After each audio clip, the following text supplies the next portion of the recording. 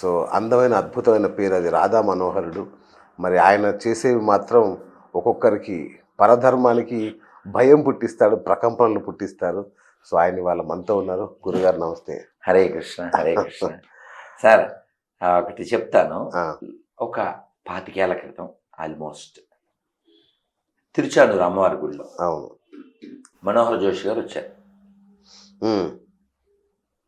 మురళీ మనోహర్ జోషి. అవును. ఆయన వస్తే మేము ఏదో ప్రసాదం ఇవ్వడానికి వెళ్ళాం. అప్పుడు కేంద్ర మంత్రి ఆయన. కేంద్ర మంత్రి.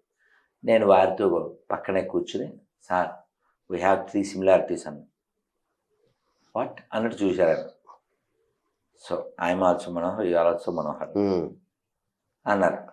సో ఐ ఆల్సో హ్యావ్ శిఖ, యూ ఆల్సో హ్యావ్ శిఖ. Okay. I'm also from Sangh, you also from Sangh. Super. వేశారు. నిజంగా రాధా మనోహరుడు అంటే ఆ పేరు అసలు అలా కడుపు నిండిపోతుంది వినగానే. నిజంగా భగవద్గీతలో విష్ణు సహస్రనామంలో చెప్తారు. అచ్చా. మనోహరో జిత క్రోధో అంటారు. అంటే క్రోధం లేనివాడా? మరి నాకు మీకు ఫుల్గా ఉంది. నిలువెల్ల క్రోధం. నాది ఆవేదన, ధర్మాగ్రహం. నాది ఆవేదన. ఓకే. అమ్మ కొట్టినట్టు, ఓకే. నాన్న తిట్టినట్టు. అచ్చా. అంటే ఇంతమంది మన డాక్టర్ గారు చెప్తున్నారు, ఆయన చూస్తే కోపం అంటండి, నీటి బుడగండి, ఆ క్షణంలో అలా అలా అలా అయిపోతుంది అంటున్నారు. అంటే మీకు చెప్తాను, ఒక చాలా బాధాకరం. ఆ వీడియో మీరు చూసారో లేదో, కరెంటు తీగలు తగిలి అవును. కోతి కింద పడిపోయింది. అందరు చూస్తున్నారు, వీడియోలు తీస్తున్నారు. ఓ పెద్ద కోతి వచ్చి దాన్ని కొట్టి నీళ్ళల్లో వేసి ఇలా ఇలా ఇలా ఊపి దాన్ని బతికించింది. అక్కడ కామెంట్ ఏం పెట్టారంటే, మనుషులు జంతువులు అయ్యారు, జంతువు మనిషి అయ్యింది. ఇది ఎందుకు చెప్పారంటే, ఆ కొట్టడం ఉంది చూసారా, ఆ పడిపోయిన సాటి కోతిని బతికించడానికి. నేను అదే చేస్తాను. కానీ మీరు మానవతావాది అని మీరు అంటారు, మతోన్మాది అని చాలా మంది. నిరూపించమండి. ఇప్పుడు ఇక్కడ మనం 6-7 మంది ఉన్నాం. అవును. ఇక్కడ ఎవడైనా ఛాలెంజ్ చేయగలడా? నేను రానా ఒకే హైట్ అనగలడా ఎవడైనా? మనలో అబద్ధం కదా. అంటే రానా పక్కన నుంచి పెడతాం కదా. అలా కామెంట్ చేయడం పెద్ద విషయం కాదు సార్, నిరూపించాలి. ఇప్పుడు నేను మా ఛానల్లో 22,000 వీడియోలు ఉన్నాయి. అవి కాకుండా ఇలా చాలా ఇంటర్వ్యూలు ఇచ్చాను, లక్షల్లో మస్తుగా. ఇప్పుడు నేను అన్న మాటని ఏదైనా తప్పును ఒప్పిస్తే ఇలా బహిరంగంగా మళ్ళీ ఈ మా బుర్ర కలిగిన శ్రీనివాస్ గారితో మళ్ళీ నేను పబ్లిక్ లో క్షమాపణ చెప్తా. ఓకే. మరి రమ్మండి ఎవరన్నా. సార్ నేను ఒకటి అడుగుతాను. మొన్ననే చూసా ఒక కామెంట్, మరియమ్మని వెనక నుండి వేసుకుంటా, ఆ యేసు ప్రభు విగ్రహం మీద దొడ్డికి పోతా, ఇట్లాంటి మాటలు. నేను అనలేదు, కానీ ఒక పిల్లవాడు ఇంకో గొర్రెని మాట్లాడి ఆ మాట్లాడినటువంటివి పెట్టారు.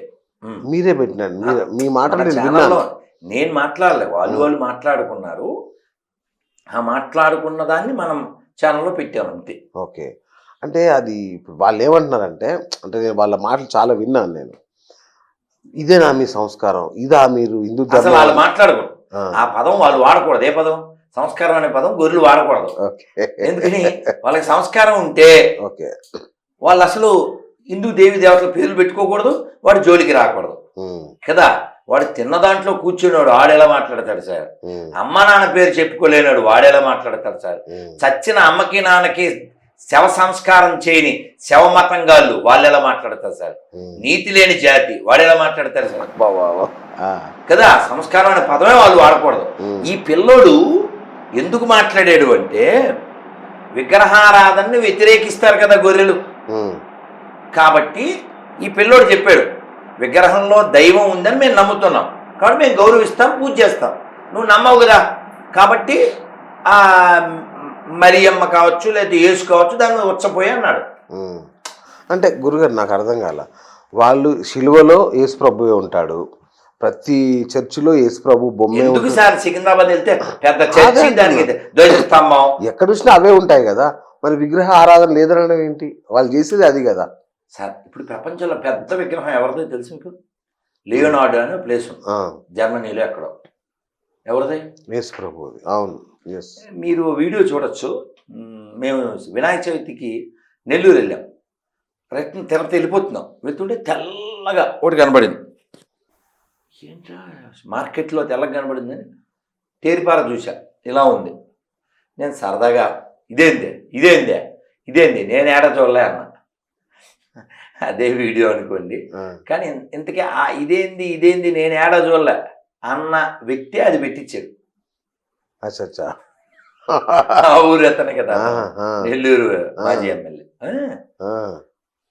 సో ఇంతకీ అదేంటి, ఏ విగ్రహం అది తెల్లగా? ప్రభువుల వారి విగ్రహం.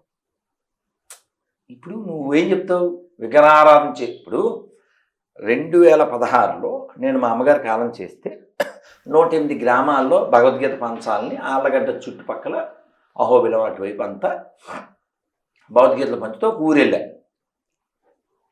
ఊరి పేరు సంథింగ్ మళ్ళీ గుర్తొస్తుంది, రైట్. నంద్యాల ఆలగడ్డ మధ్యలో. అక్కడ సిరివెల్ల ఐ థింక్ సో. ఆ ఊళ్ళో ఒక చర్చి డోర్ మీద రాసింది, అబద్ధీకులు, మంత్రగాళ్ళు, విగ్రహారాధకులు వీరంతా నరకానికి వెళ్తారని రాసు.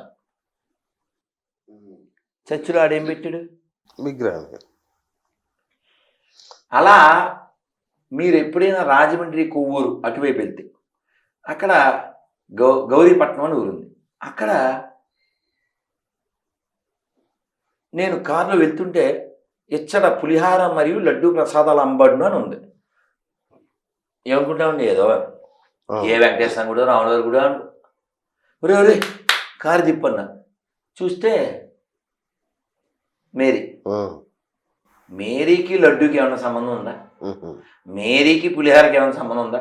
ఆ మాటకు వస్తే మేరీకి శారీకి ఏమైనా సంబంధం ఉందా?